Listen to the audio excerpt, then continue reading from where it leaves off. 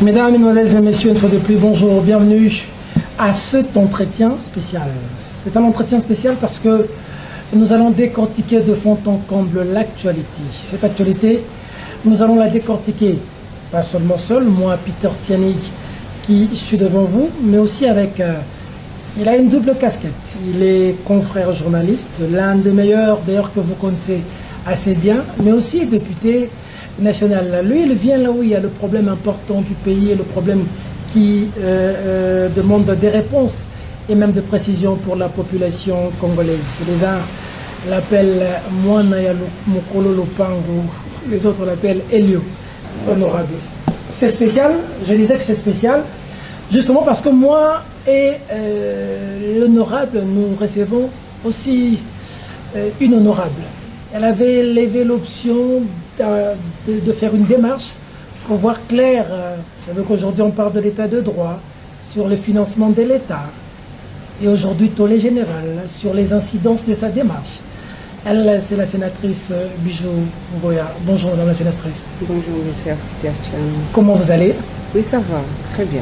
Est-ce que vous avez vu Mwana Lokolo Lopango?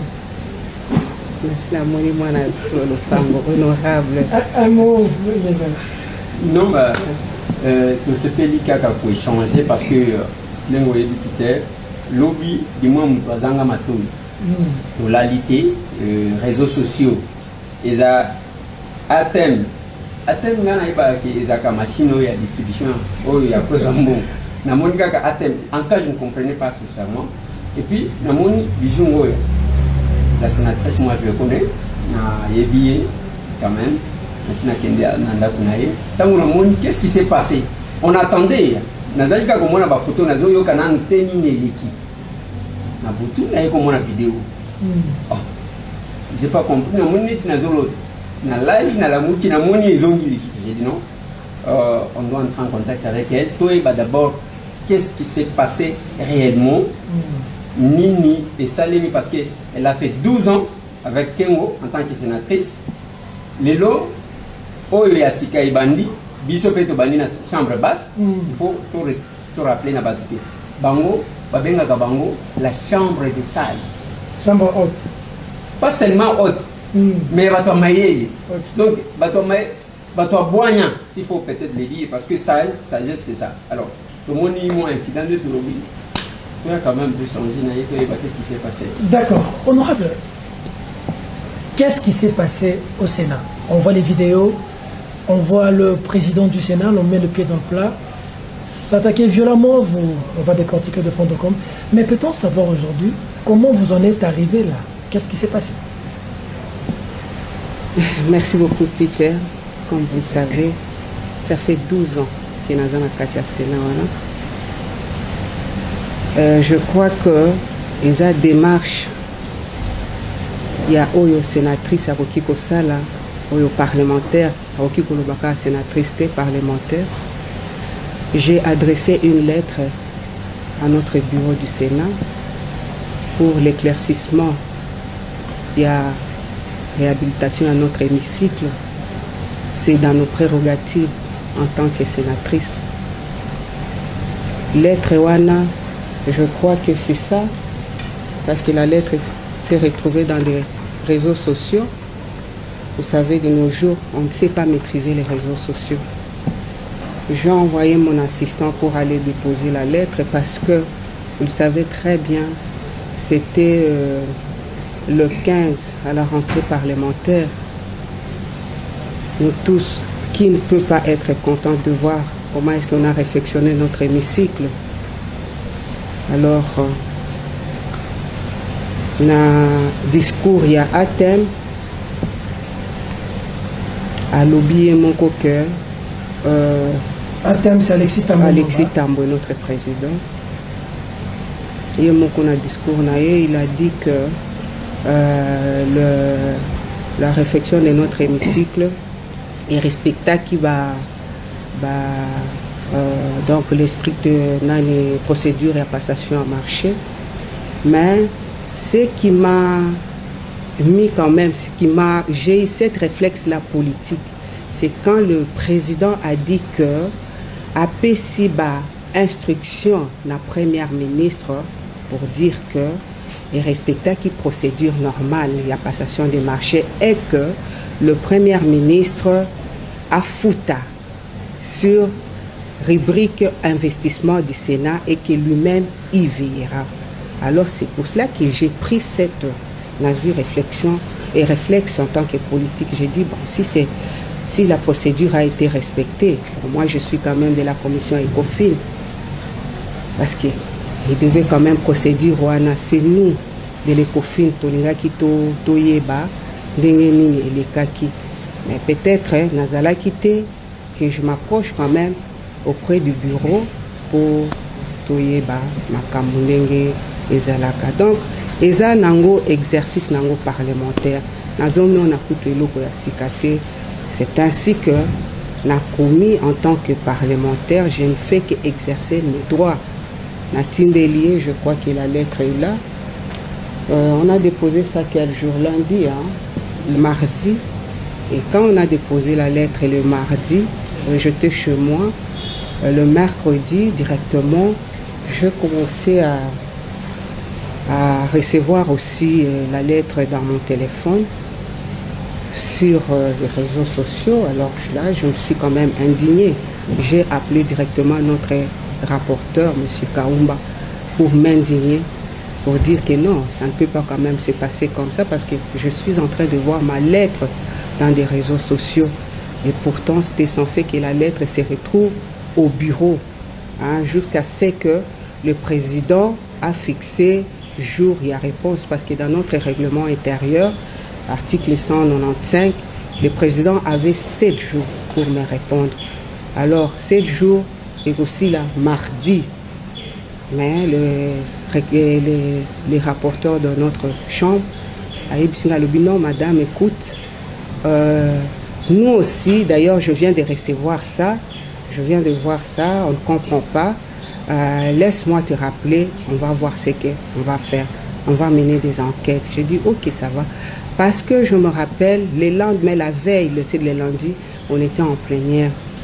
Et le président, c'est vrai, s'est plaint parce qu'il y avait notre ami Bakomito aussi a adressé une lettre au Premier ministre, mais malheureusement, la lettre s'est retrouvée dans le média et dans des réseaux sociaux. On en a discuté au bureau et le président a dit donc prochainement, nous devons faire attention. Mais le lendemain, j'ai retrouvé aussi ma lettre dans des réseaux sociaux.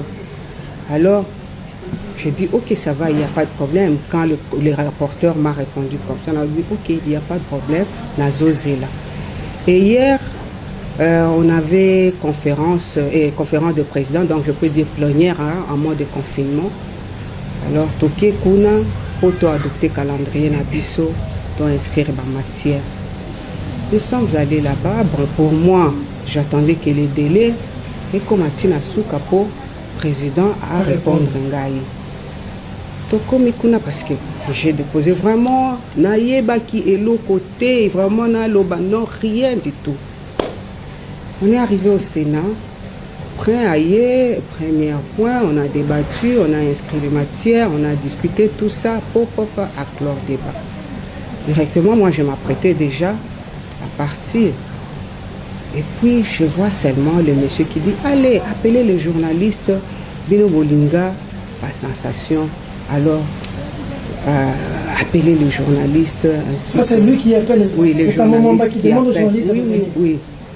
Appelez les journalistes, appelez les réseaux sociaux. Alors, moi, je veux aujourd'hui en finir avec cette dame.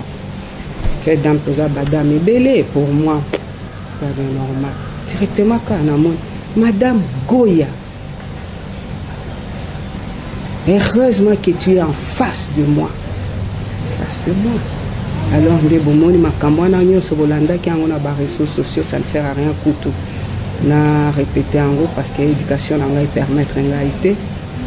Alors, nenga le baki bino moko bolanda ki ango. Vraiment, na moni kutu tina tunga ki to koma anate. Na yebi tina kuna tunga ki to bande makambo wana vraiment, c'est ce que moi vraiment na yebi à moins que peut-être il y a dans makambo susu. À votre avis, qu'est-ce qui justifie cette réaction et cette attitude de Tambo Mamba? Moi, je ne peux pas vous répondre à sa place parce que moi je ne fais que mon travail. Na adressa qui est lettre. Problème naïbi comment est-ce que ça se passe. Moi je n'ai pas besoin ya nani plénière chaud parce que ça fait quand même 12 ans. Sensation na kokende nango wapi pona tia na réseaux sociaux ou bien j'interpelle parce qu'ils ont un exercice parlementaire. Pour moi je pense que c'est normal. Ils ont exercice nango normal. L'argent pour la réflexion. Mais je ne sais pas. Le montant, on parle de 4 millions. Oui, bon, je ne sais pas si c'est ça. Donc, ils ont dit aya ko éclaircir parce que y a mokonda sala qui marchait. Voilà, c'était mais donc il fallait yende aya À éclairer. Lanterne na biso. Il fallait y aya ayebisi biso alobi voilà parce que ngape na yebite. Ye ayebi yango. Ayebi comment est-ce que parce que moi je suis parlementaire loko na sala qui démarche wana na kotisi la lettre pour demander des éclaircissements. Procédure demande qu'il y ait ceux qui à recevoir lettre wana. Aye na plénière parce que na yebisa ki ma mikanda ceux qui bomoni très bien na mikanda les ana biloko oyo na senga ki na procédure oyo na yebite yende ayebi il fallait aya na ba papier oyo exactement comment est-ce que ça s'est passé parce que quand même c'est l'argent du contribuable. Aya expliquer biso et puis voilà quoi on a déclaré nangai si le débat est clos ou bien ceux qui n'a pas satisfait c'est ça vraiment ils a qui démarche nangai. Bon maman Bijou nalingi naïba mobilité na yoki parce que balobaka na français que nous apprenons des autres, nous apprenons aussi aux autres. Yoza sénatrice depuis plus de 12 ans maintenant parce que ça l'a été 12 ans. Lelo barelire yo oyewa. Nini yango oyo mona ki clarté et sali ke okomela tambo mwamba mukanda. Est-ce que ezaka pona une démarche parlementaire normale ou bien zakanda na yo yandenge ya sali lo paste pour que okoma pester? Ndeko Elizer eza ke nani Alexia salanga paste parce que ye moko kutu azalaki candidat bande ko kende ko senga na FCC.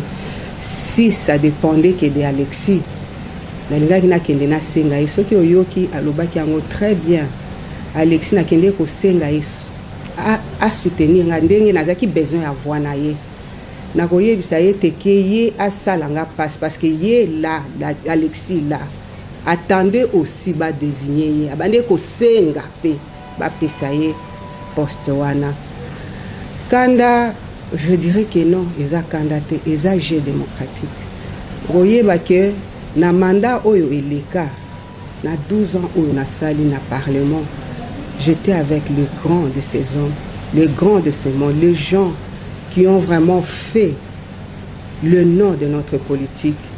Nous allons à 4 premiers anciens ministres. Premiers ministres. Nous allons à 3 PGR de la République. Bah ministre écoute Kolobate.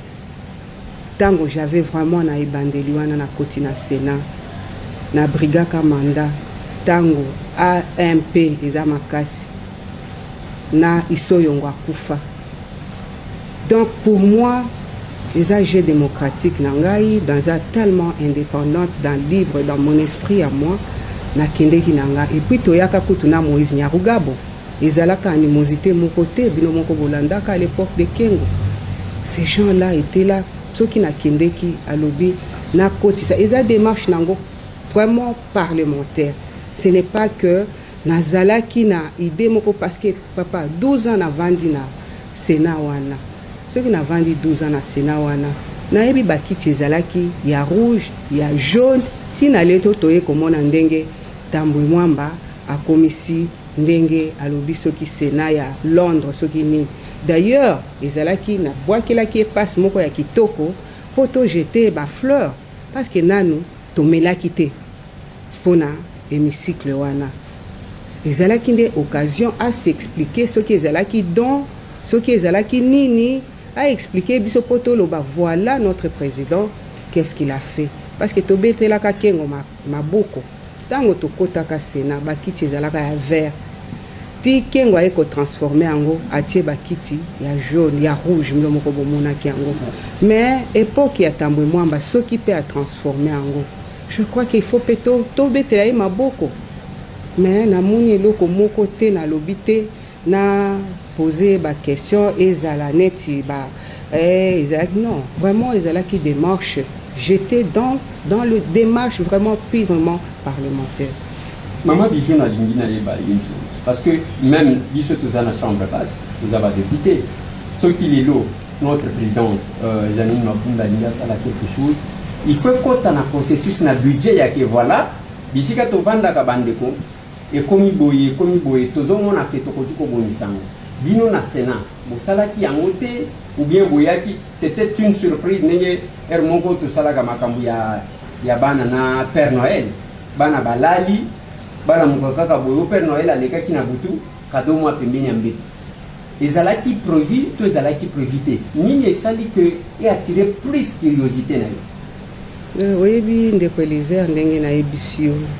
Ce qui ezalaka prévu, malingaki na poser question parce que ce qui est la procédure normale parce que na ebisio te ngaza na commission ECOFIN. Il fallait toyer ba biso ba sénateur parce que ça salle na biso nde toko occuper salle wana. Il fallait nde biso toyer ba ndenge nini oyebi uti koloba très bien yo nangai toza ba autorité budgétaire to vota ki budget ce qui otali na investissement na rubrique Sénat okomona que eza na mbongo moko boye oyo eza retenu pour na investissement ya Sénat mais eza na ba projet oyo mbongo wana ça doit être dans 2 millions 800 et quelques. Na mbongo wana eza ya ko 1 ko bongisa polyclinique 2 eza donc eza na ba biloko oyo po badotaki biso oyo c'était retenu dans notre budget pour l'exercice 2020. Mais maintenant nengenga na monaki réflexion ya nani ya hémicycle na biso ce qui est une bonne chose papa mutu moko akoki ko sevelate asala na place ya salité boye pa na ngai ndenge nini na kovande pa na ngai na kende kosala place ya mabe biso nyonso tosepelaki mais qui n'était pas prévu dans le budget. C'est là où on a tout n'habité parce que na moni budget oyo réflexion ya hémicycle na biso et ses dépendances ezate yango na tata a expliqué ngai ndenge nini tokofuta ngo lokola naza na ECOFIN. Même si tokofuta yango, même si mutu a préfinancé, mais tokofuta kaka, tokofuta yango dans combien de temps parce que eza mandat, eza carrière te tata wana bayoka na ki a préfinancé ki yango, soki loko les na budget te dans combien de temps tokofuta. Et soki wana investissement et sili oyo. Donc toko privé ba biloko wana ezalaki retenu ou bien tofuti oyo. C'est ça le problème. C'est lui en tant que papa. Donc il fallait ayande ko éclaircir ngai. C'est ça le problème. Donc ezalaki makambo boye na buté. Donc ezalaki ka makambo ya. Bon, Peter alinga za maloba mais na linga tuna mama Bijou. Au comité mutanda simple, il y a qui va expliquer bien que déjà il y a un problème parce que budget au ya makambo mususu ya Sénat, tous aba autorité budgétaire, c'est un montant estimé de 2 800 000. Mais du coup présenter une dépense de 4 millions, quand même, attends mon tour. Tout en comité, ainsi de suite. Oui, d'accord. Maintenant, qu'est-ce qui a d'abord énervé? Nini Pessi, Tambo Mwamba, Kanda, il n'y a que, alors, Belaya Tapembenité. Bon, tu as quoi, Makamouya, je pense que tu as champagne, va emporter, il y a ta moment. Bon. Alors, belata pembenité, kaka pona lettre. Donc, ezaka pona lettre ou bien bozaki na problème mususu ezaki kobatama yango bolobi bosalango une affaire d'état. Papa, ngai naza femme d'état. Na vanda 12 ans na Sénat wana. Kengo abande koyebisa biso, nous sommes à l'école de la modestie. Le Sénat c'est l'école de deux mesures. Kengo abande deux mesures s'il vous plaît. D'où on apprend aux autres, on apprend aussi des autres. Nini nakoela na tambo mwamba soki na yebi eloko te nakokenda za papa na ngai aza président nakokende na yebi na moni tokowela na enini parce que tango azalaki kuna na ba exécutif na bango tambo amona ngai te na yebi tambo peut-être tango azokola biso tozaki na bana mike je ne le connais pas papa na ye komona kaka elongi na ye kaka siko ya touti Sénat tango kaka awa touti Sénat Donc moi c'est mon papa quand même. Na bande ko yoka lisolo tambwe mwamba na ye komona inga na kozwa na tambwe mwamba problème wapi na kozwa na ye wapi na ye komona ye lelo awa tango ba élire ye nga pe na comme sénatrice ye pas comme sénateur to boy na obi président biso nyoso tozali ba sénateur tozo solo l'ensemble vraiment na yebité vraiment na yebité na yebi eloko na kokiboye. Alors but de communication est ça que la motu ya bato makambo le bamaki on a corriger parce qu'au-delà de tout tollé général les amakasi parce qu'il s'agit d'abord d'une dame on est comme souvent maman surtout biso africain et ni sara mingi bato ba réseau bato batombo ki makasi mais tout y a passion moi pembeli honorable dans mon mbolo makambo ni balemi ça tout choqué. Il y a le dit que pour inviter qui la champagne. On met la champagne. Donc, on a un mécanisme. La ciment, pour la champagne, on a un mécanisme ici. Vrai ou faux? Réaction de l'île. D'abord, il y a Sony. Il y a Sony vraiment pour na papa wana. Allo mama kambo Sony ndenge wana. Tu sais, ngai to vivre na bakengo, ba mokolo, ba lokondo, législature passée. Kengo nous a appris, on était une famille. On était une famille, papa, unie, la fraternité. Bon, mon n'est pas nangai. Na bande ko kende pas Kengo. Na le. Au mona Robenga dit sénateur toké panaye. Pour yangwana au bande ko mona na Sénat, il n'y avait pas d'opposition ni de la majorité. On était une famille. Les acquis des causes nobles. Il y a République. Yangwana ceux qui au monde tozo voté ba loi, au monde tozo interpellé ministre. Il n'y avait pas de couleur. Parce que Kengo avait mis dans notre tête, c'était l'affaire d'État. Et Mboka Moko. Exactement. Ezaki Kaka Mboka, nous, on voyait que le Congo, on ne voyait pas. D'ailleurs, ceux qui ont moni, Tobande Kovanda, n'a pas lettre alphabétique. Ezaki t'es pas Oyo Batoa, FCC, Oyo Batoa. Non. Vraiment, à l'époque de Kengo, c'était pas comme ça. Tout ça, c'était vraiment pour qu'on apprend aux autres, on apprend aussi des autres. Tout mélangeant, tout ça là. Donc chaque dimanche, qu'est-ce que Kengo faisait? Akoya kakaboya, bengi maman bijou, maman bébé, maman Eve, ta. Boya lelo kolié panangana maman Eliane. To kende pas Kengo, nous sommes ses enfants. Toko seka, vraiment tout. Lelo to kende pas na n'est pas maman bijou. Ba via edo, mokolo, ba nini, to ye panangai. Donc ce n'est pas que d'abord Peter, quand il dit que pré-campagne, et puis j'étais très contente quand elle a dit qu'après campagne, moi ça fait deux mandats. Pré-campagne, je suis allée le voir comme mon papa, comme mon aîné, comme parmi les caciques du FCC. Il m'a appelé, moi je ne le connaissais pas. Nake Kota Nayobi, Azaki Mobali, sénatrice Chenila, na maman Wivine. Papa na bango, papa abana na biso. Na binatala, papa beningai. Je suis allée d'ailleurs, j'étais pas seule. Toké kuna, to discuter et sili tokei. Mais quoi de mieux que muto beningai pa na ye. Encore na âge wana, papa na ye, est-ce que na linga ki na benga ye na hôtel ou bien na linga ki na benga ye ni. Lokola apesa kingai respect wana, na ke pa na ye. Moi aussi je voulais faire de même. Na benga ye pa na ngai, na bana nanga bomoni, je suis mariée papa. Na bana aya pe panangai amona penda kunangai comme ça ape sanga pe confiance peut-être à kokanisake aza moi si moko ya balabala non c'est vraiment ce qui n'a ben en tout cas n'a benga qui parce que on était c'est mon papa c'est le président du Sénat à cette époque là il n'était même pas président du Sénat na yebite omoni ceux qui mutu aza pervers. Je m'excuse, Azaka na makanisi mususu parce que vraiment, il y a vraiment peut-être ceux qui a moni moi si et pas naïe azo. Donc tango alobaki wana insinué kini. Et pourtant moi je l'ai appelé parce que pas nanga batunyo sobaya ka boyebi bango nyos boko kiko kende ko tuna bango ti siko na kenda ka pa na bango basi na bango bayebi ngai na ko kiko kende donc toza famille boye kutu bomoni ba honorable mususu ba utia on est resté une famille. Lelo ceux qui bazana makambu liwa nini feti to benga naka c'est ça la famille parce que tu sais mutunyo so ayebi place a uti mais ndenge bokomi bana nangai lelo ceux qui na yoki Peter Tchanyaza na problème ndenge na kokanga liputa na kina matanga na lali déjà c'est la famille ba famille ba somba ka bango awa to bota ma balobi donc un camarade Malamu avec qui notre frère du sang. C'est ça, donc ma famille, Eza Awana, qui n'est pas na biso na Lubumbashi, na Katanga, mais je ma famille ici, ma famille de cœur, les loso qui na la libino bokoya, ba oyo bakoya, c'est ça la famille. Donc na esprit wana, na ndenge to bande ko vivre ndé bon na invité qui papa tu peux venir chez moi parce que toi tu m'as invité chez toi. Je suis venu à Lobi à cette époque-là, je suis allé découvrir sa résidence. Est-ce que bo moninga ibo vandi boye pananga, est-ce que résidence nanga vraiment eza mutu abalabala na kende ko yango na benga ki papa ya kotala pe oyeba mobali na ngai oyeba pe bana na ngai peut-être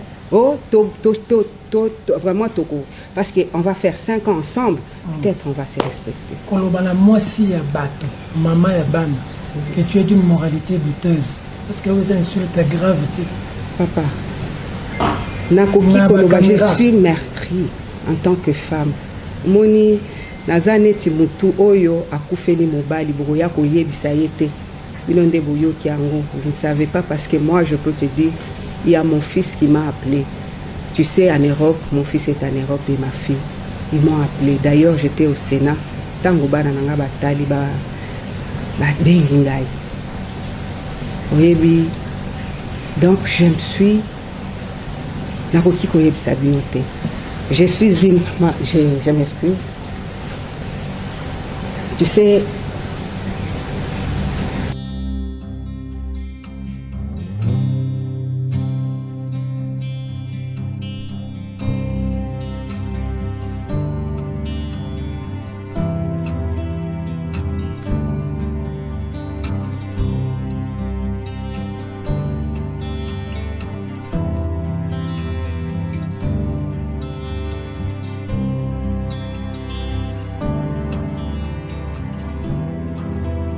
qu'est-ce que vous comptez faire par rapport à ce traitement dégradant qui dénote pas d'un homme d'État dont a fait preuve celui qui est le président, comme les venait de le dire, de la Chambre des sages, mais qui a fait preuve d'une bassesse inouïe?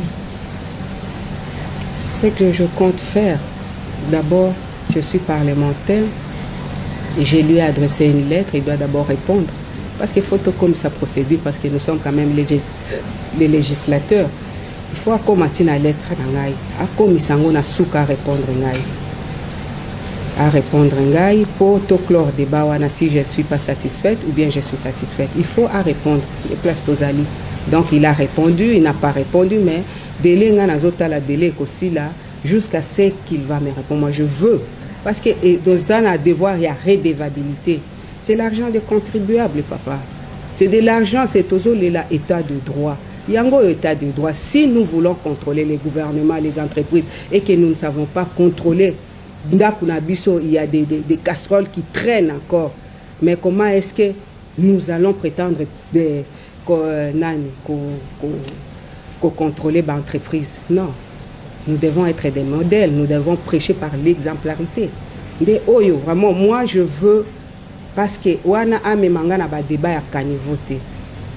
Parce que à lobandenge à lobby wana ça n'engage que lui. Je n'entre pas parce que mon éducation ne me permet pas. Mon éducation ne me permet pas. Je suis vraiment une mère, j'ai des enfants. Mon éducation vraiment ne me permet pas na kota na ba débat ya kanivo. Na koti sa Sénat na biso na kanivo wana kengo même ba sénateur oya kala oyo bako pardonner ngai te bako pardonner ngai jamais parce que notre Sénat était comme ça. Mais ce qui a meminga na kanivo menga na kokota na kanivo wana te na kokota akozwa ngai te et loko na sengi à répondre. C'est simple, à répondre ngai ce qui a répondre ngai et que si je ne suis pas satisfaite procédure mususu ekolanda, mais pour le moment nalingi nde à répondre ngai, c'est tout. Maman Bijou, ngai na komaki déjà un peu bloqué et je me suis dit est-ce qu'il faut avancer ou il faut tout stopper parce que j'ai compris pourquoi aux alaki touché aux a maman ya bana c'est tout le temps ça vient ya bana na yo hermoko pas trop bien. Ça fait mal. Ta maman ba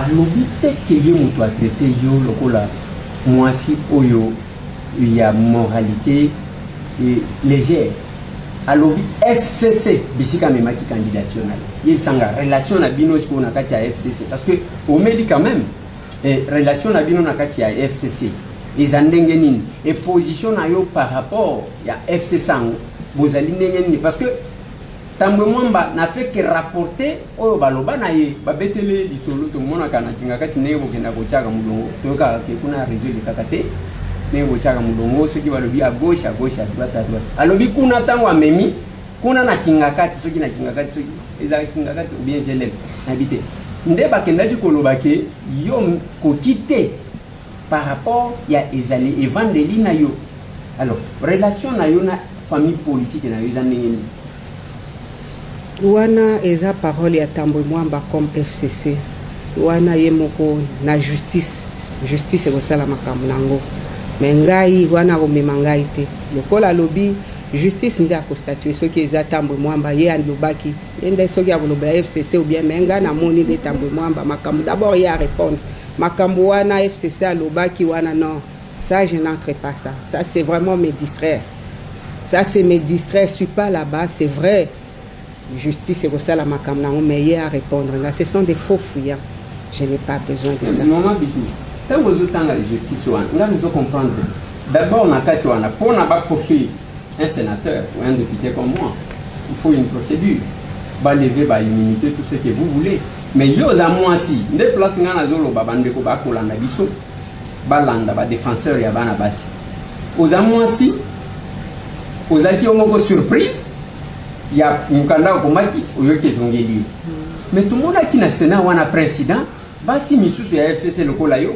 bakosenga yo ke yo kosakana na président ainsi de suite est-ce que la démarche dans aux ba justice na kati ya Sénat wana est-ce que bako lever immunité ya Tambwe Mwamba parce que déjà lobby quelques-uns bakomaki kokote la iti na tokotanga bato awate je pouvais quand même citer quelques noms mais j'ai dit, je ne cite pas. Il y a famille politique qui n'a pas. Et belé ba côté lié, ba PC qui y a raison. C'est que immunité na yeba ko leva on nini. Est-ce que justice est kosala musala nango? Et Tambwe Mwamba n'est pas n'importe qui. Il est successeur constitutionnel et chef de l'État en cas d'empêchement. Donc azalo kola deuxième personnalité en bon. Tant ozolo ba makambo justice qui kosala. Ils a pas tenté. Papa Oyebi que Toroki Koloba, moi j'ai confiance dans la justice Nabiso et j'ai confiance aussi au sénateur parce que Balobi 18 Tchakounde qui a resécaté. Nous sommes tous parlementaires. Ceux qui vont Balobi Ndenge Wana, les responsabilités Nabiso, qu'est-ce que je veux dire? Je veux me soumettre et je veux m'incliner. Mais Yeba Kekoti Kalana Anal Nabiso, même Bana Nabiso Bako Jujaka Biso. Moi, je confiance vraiment au sénateur. J'ai vraiment confiance qu'il est au réhabilité, honneur. Il y a Sénat, il y a qui chambre de mesure, il y a qui chambre d'excellence, il y a qui chambre. Ils ont une mission boyée où tout le monde parlait du Sénat. Na lingi totika ba empreinte wana. Ngai vraiment.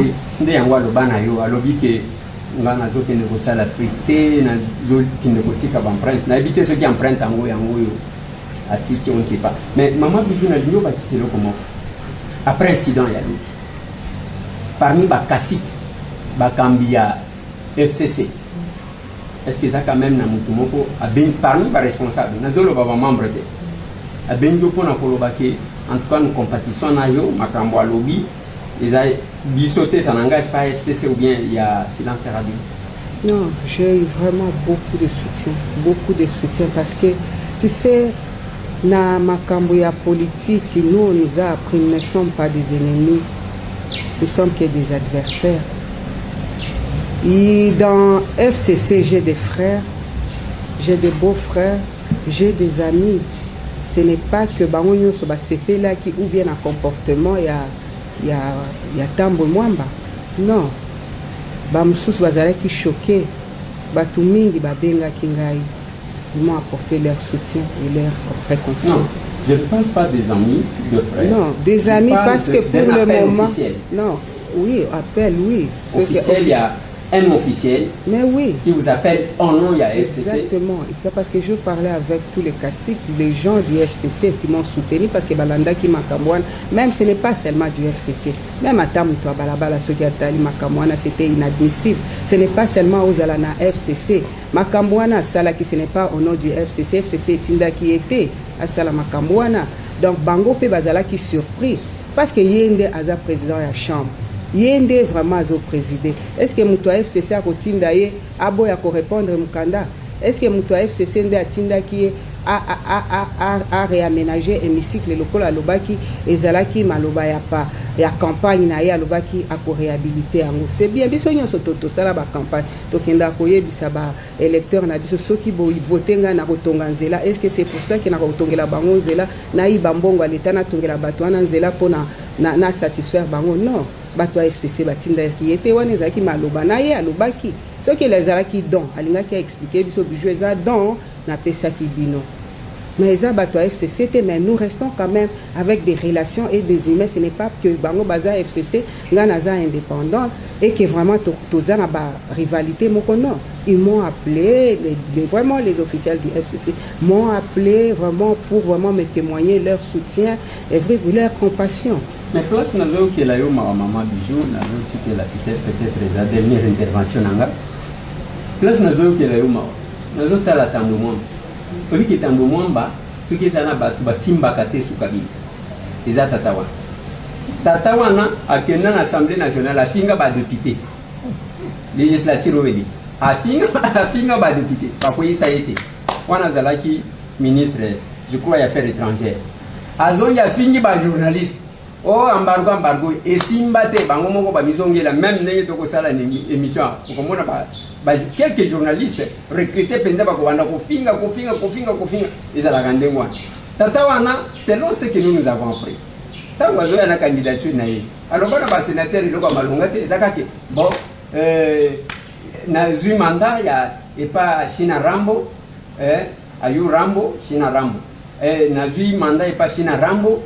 Tozana mission moko na ye pour que na komana tête à Sénat mbala moko pap aleki kuna na Sénat mission ngo to éviter soki nde oyo ebandi ou bien mission ngo nde oyo abeta ki a Félix parce que tu comprendre les souté mission ngo eza oya ko beta kota Félix bon mission ngo eza oyo ebandi côté ya ba maman bon to éviter siko nde place na zo kiloma parce que quand je prends le poids de Tambwe moi na régime oyo ya Kabila na FCC na tangu nazozo ya yo poa nazo mona kaneti ezaka démarche inutile yoko vanda na yoka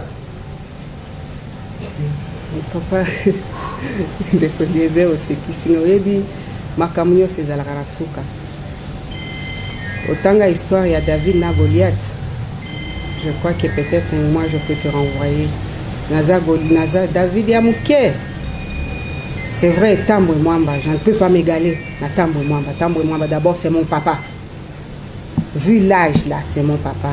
Malgré, mais c'est mon papa, moi. D'abord, sur base de ça, je le respecte.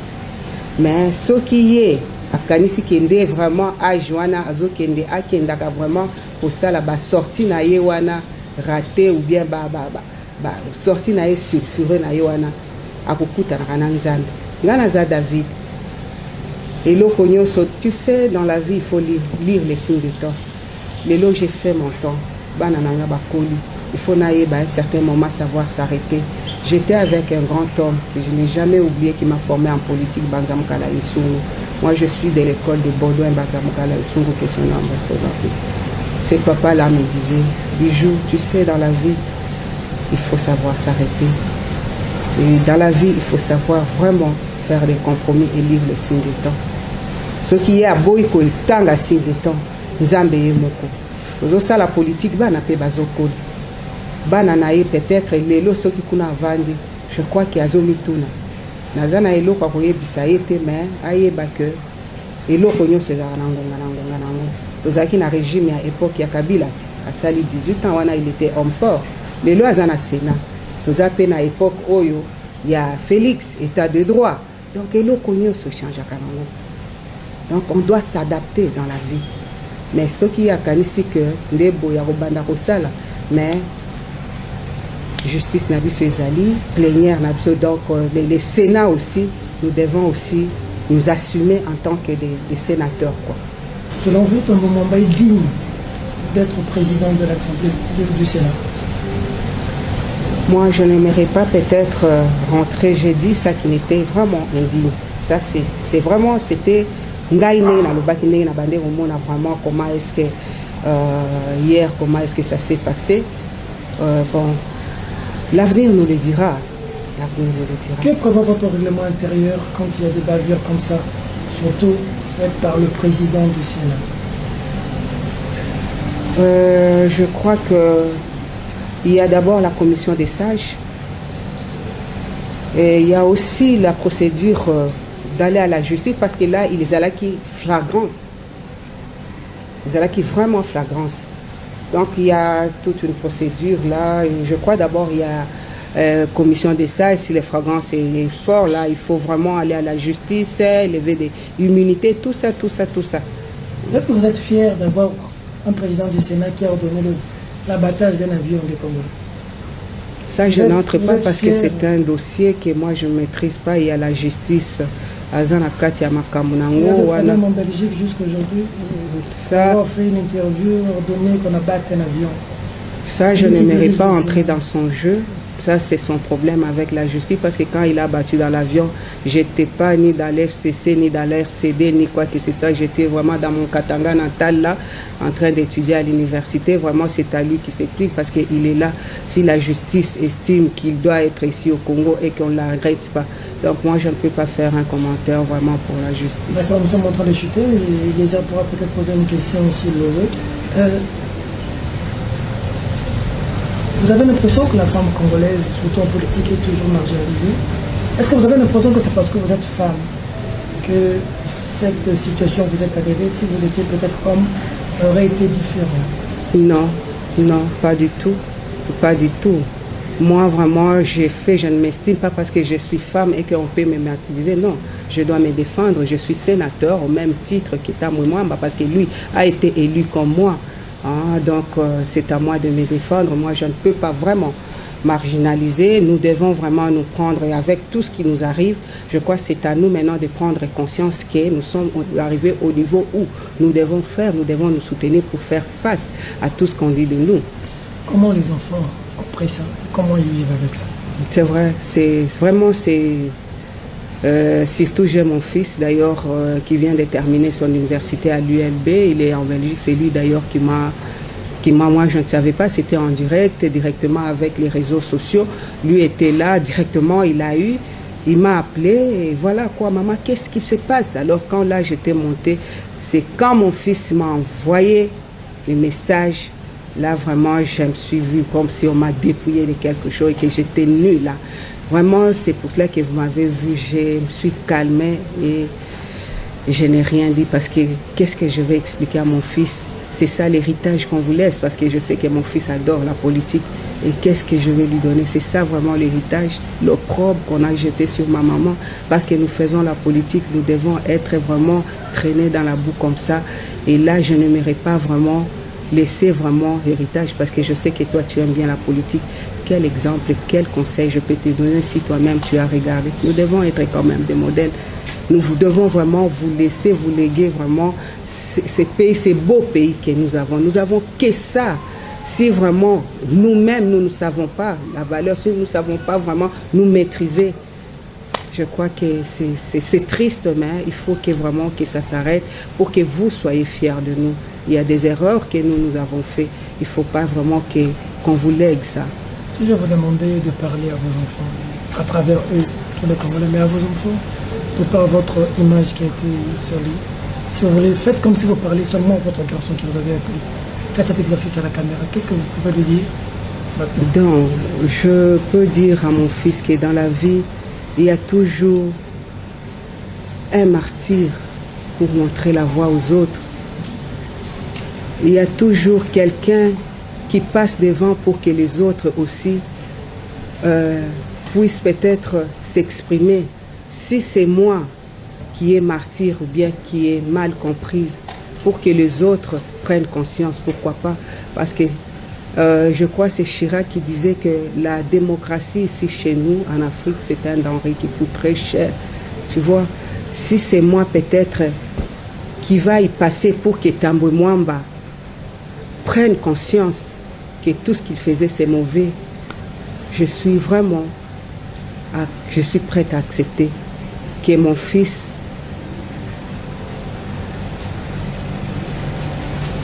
ne regrette pas.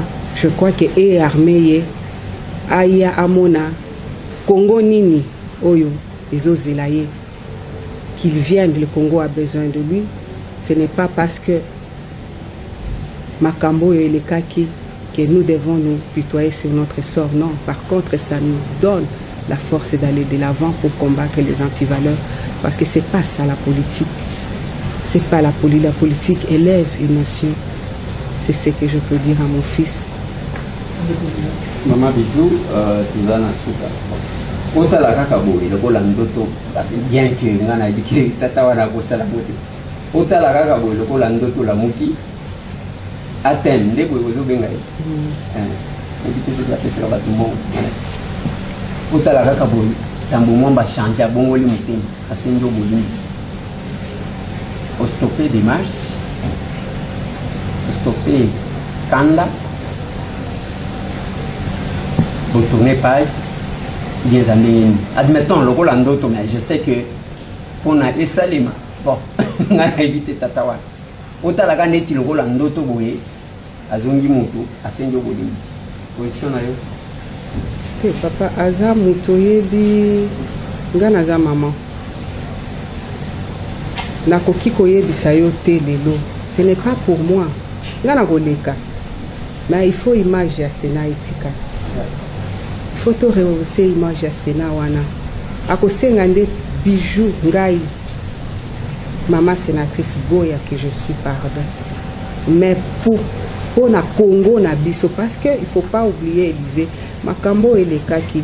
Ezalaki entre ba sénatrice et ba sénateur autozalaki na CTMS président du Sénat. C'est l'image d'une institution, non pas mais République démocratique du Congo. Il faut tozala quand même exemplaire. Nakoki kolimbisa ye parce que ngana mona ki kutelo kwa gravité. Parce que naboya ko kita na bakanivo na ye. Naboya ko landa ye na bayombo na ye na senaboya ki. Mais le problème est que nous devons regarder. Nous avons que ça, papa. Est-ce que tu as kenda kaka kokoisa mboka na biso ko fingisa ka mboka na parce que c'est de Congo qu'il s'agit. De toi et moi, on a appelé des appels de partout. Ba parlementaire ya mboka mobimba ba bengi. Naza peut-être ça fait 12 ans na epsion naza na ba ami parlementaire na monde mobile. Bango nyoso ba bengi. Mais c'est de notre pays qu'il s'agit. Ce n'est pas vraiment Yangwana nazo interpellé ba sénateur na biso. Ce n'est pas le problème de Bijou et Tambwe Mwamba. C'est le problème de l'opprobre Yamboka na biso. Nde oyo ngana koki koyetsa. Bijou en tant que sénateur, en tant que moutou qui n'a jamais péché, je peux lui pardonner. Mais il faut quand même toper ça le pumu. Na kiti wana Tambwe Mwamba vandi. Mais ma belle a bien fait le comme ça na tiani. Que ma maman va la gare violence faite à la femme. La femme a été humiliée. Mais na Sénat et le Congo na zoko. Na Sénat après incident on attend que la caméra est kati. C'est quelques femmes, bien sûr, appuyées par quelques hommes. Bah kuna pour na pour s'attaquer mais maintenant na oyo qui n'a fait que se défendre. On vous a attaqué là-bas? Oui, et en voulant les descendre. Il y a côté pour le président qui aux dignité. Donc, balongoli o nyoso wana no baki etikali adi. Donc moi si on il faut il faut baper ça ordre. Donc c'est ça ce qui nous fait quand même très mal. Vous avez une idée maman. On fait pas sentir bassi na Sénat ba maman. Le problème ce n'est pas question mutuna mutuba.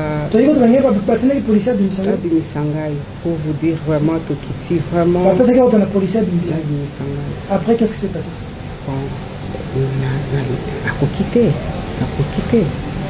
Pour vous dire que ayebi eloko mon côté donc il savait pas ce. Bon makambo ya kozala ke tozaki kuna yango na ebisi bino kengo inculka ki biso yango. Soki ba misusu ba apuyaki président na bango wana. Mutuna mutu aza na choix na ye. nakoki kokondane bango te loko lobby peut-être eza discipline ya parti peut-être bakoki koappuyer na mabe na malamu, mais ce que moi j'interpelle seulement c'est leur conscience, c'est la République qui est vraiment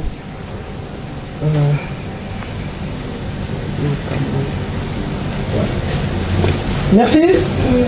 Merci beaucoup, Ndeko Eliezer, mon amour, le Mokolo Lopango, le plus élu de Lukonga. Ça a toujours été un honneur. C'est le bambou le belé, tu vas nous soutenir Ndeko Eliezer, tu vas nous faire la mission mingi. Mais nous avons besoin d'une minute, moi, on a bien des questions permis dans les athées.